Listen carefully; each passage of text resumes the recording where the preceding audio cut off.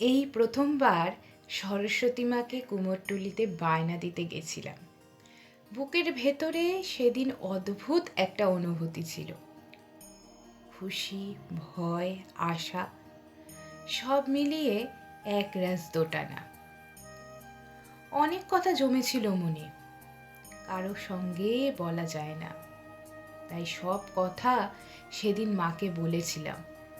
চুপচাপ দাঁড়িয়ে চোখ বন্ধ করে মনে মনে শুধু বলেছিলাম, মা, সামনের বছর তোমায় একটু বড় করে নিতে চাই, আমার সব এলোমেলো ভাবনা গুছিয়ে দিও। প্রতিবারই আমাদের বাড়িতে ছোট্ট পুতুল ঠাকুর আসে, সেটাই আমাদের চেনা চিরাচরিত আনন্দ। কিন্তু এবছর মনটা একটু আলাদাই কিছু চাইছিল, তাই 1 সপ্তাহ আগেই অর্ডার দিয়ে এসেছিলাম অতি প্রাচীন কুমোরটুলি রাধাকান্ত পাল বাবুর কাছ থেকে। রাধাকান্ত পাল অবশ্য নেই এখন ইহজগতে, তাই তার ছেলে কাকুর কাছ থেকেই অর্ডার দিয়ে এসেছিলাম, এবং সেটি আমার বন্ধুর বাড়িও বটে।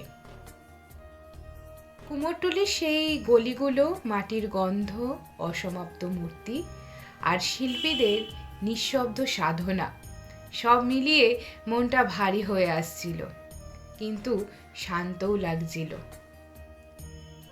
আগের দিন মাকে নিয়ে গেলাম আমাদের বাড়িতে। মা মানে শুধু সরস্বতী মা তো নন, আমার নিজের মাই বটে। তাই আজ আমার বাড়িতে মায়ের আগমন। এ শুধু ঠাকুর আসা নয়, এ যেন আশার আগমন, শুরুর আগমন। মা, এবছর তুমি আমার বাড়িতে এসেছো, আমার মনের সব না বলা কথাও সঙ্গে করে এনেছো। যা জটিল, যা অসম্পূর্ণ, সবটাই তোমার হাতেই ছেড়ে দিলাম। শুধুমাত্র তুমি সবটা ভালো করে দিও।